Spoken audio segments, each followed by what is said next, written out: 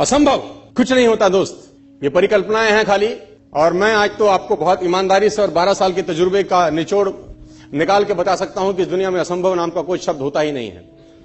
इंसान कभी भी चंद्रमा पर नहीं पहुंच सकता, पृथ्वी विज्ञान की अधिकतम सीमा है।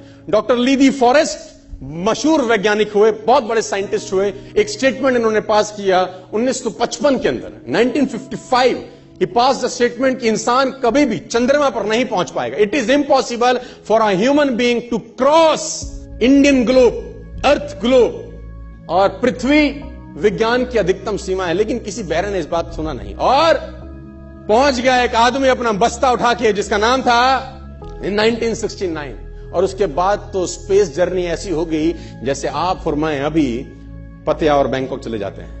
लॉर्ड केल्विन बहुत बड़े साइंटिस्ट हुए, उनका स्टेटमेंट आया कि सिर्फ पक्षी उड़ान भर सकते हैं, हवा से भारी मशीन का उड़ान भरना असंभव है। इट इज इम्पॉसिबल कि हवा से कुछ भी भारा हो और वो उड़ सके, क्योंकि ग्रेविटी उसको गिरा देगा। लेकिन तमाचा मारा इन लोगों ने, तमाचा मारा और लिख के दिया कि हमने साइकिल के स्पेयर पार्ट से इंसानों को पक्षी बना दिया।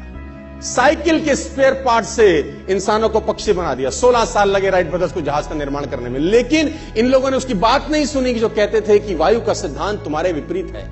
ये बात भंवरे को कही जाती थी कि भंवरा वायु के सिद्धांत के कारण कभी जीवन मोड़ नहीं सकता, क्योंकि उसके पंख उसके शरीर से हल्के रहते हैं। लेकिन भंवरा साला किसी स्कूल में गया नहीं आज तक। माई doctor told me I will never walk again. मेरे डॉक्टर ने मुझे कहा कि तुम कभी चल नहीं सकोगी। My doctor told me you will never walk again. My mother told me I would, and I believed my mother rather than doctor. Wilma Rudolph एक ऐसी एथलीट हुई जिनको पोलियो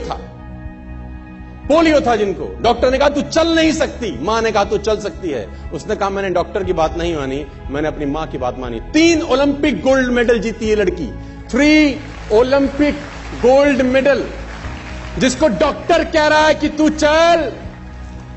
लेकिन मां क्या बोलती है? मैं आपको उदाहरण देना चाहूंगा सर। बहुत छोटे थे अल्बर्ट आइंस्टीन, दुनिया के महान वैज्ञानिक में से एक हुए, मंद बुद्धि कहा जाता था। 8 साल के थे, घर पहुंचे, मां को चिट्ठी दिया। When he was 8 years old, came to his home, given letter to his mother. मां को एक चिट्ठी दिया, मां ने वो चिट्ठी पढ़ा। 8 साल के थे और चिट्ठी में प्रिंसिपल का खत था, उसकी मां का नाम। प्रिंसिपल ने ये लिख के भेजा कि आपका बच्चा विलक्षण प्रतिभा का धनी है, ग्रेट पावर है इसके अंदर, क्योंकि बहुत बड़े साइंटिस्ट बने, बड़े हो। मंद बुद्धि बचपन में समझा जाता था। आपका बच्चा विलक्षण प्रतिभा का धनी है, इसके अंदर असीम संभावनाएं हैं। तो हमारा स्कूल, हमारी मैनेजमेंट, हमारी फैकल्टी, हमारा टीचर इस लायक नहीं है कि हम आपके बच्चे को अच्छी शिक्षा दे सकें। तो it's better for you to take care of your son. आप अपने बच्चों को अपने घर में पढ़ाइए, हम लायक नहीं है कि आपके बच्चे को पढ़ा सके। और उसकी मां ने पढ़ते पढ़ते आंखों में आंसू ले आई और उसने बच्चे को कहा कल से तू स्कूल नहीं जाएगा, मैं तेरी परवरिश घर पे करूंगी, क्योंकि तेरा टीचर तुझे इस लायक नहीं समझता। मतलब वो अपने आप को इस लायक नहीं समझते। बच्चा खुश हुआ, मोटिवेट हो गया और लग गया। उसकी मां का निधन हो गया। वो अल्बर्ट आइंस्टीन बहुत बड़े साइंटिस्ट हो गए। अल्बर्ट आइंस्टीन जब बहुत बड़े साइंटिस्ट हुए तो मकान शिफ्ट कर रहे थे अपना, और जीवन का सच्ची घटना वो अपनी ऑटोबायोग्राफी में लिखते हैं कि जब मैं मकान शिफ्ट कर रहा था तो एक ड्रॉस के अंदर मुझे वो व्हाइट कलर का पेपर फोल्डेड अवस्था में मिला। मुझे समझ नहीं था कि क्या है। मैंने उसको फोल्डिंग अवस्था से मिट्टी को हटा के जब खोला तो वो उस टीचर का लेटर था जो बहुत साल पहले टीचर ने मेरे हाथ में दिया था और मैंने अपनी मां के हाथ में रखा था। अब वो बड़ी उत्सुकता के साथ उस खत को पढ़ने लगे। जैसे उन्होंने खत पढ़ना शुरू किया और वो जार जार होकर रोए।